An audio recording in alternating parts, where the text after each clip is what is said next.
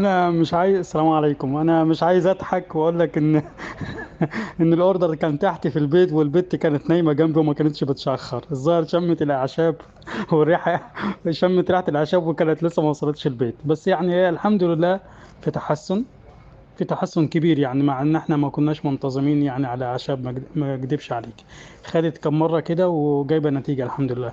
الشخير بتاعها قل، ويكاد يكون يظهر الشخير لو نامت نومه مش مظبوطه يعني. لكن هي بس احنا اللي بنعاني منه بقى دلوقتي هي ان هي بتفتح بقها لما تنام.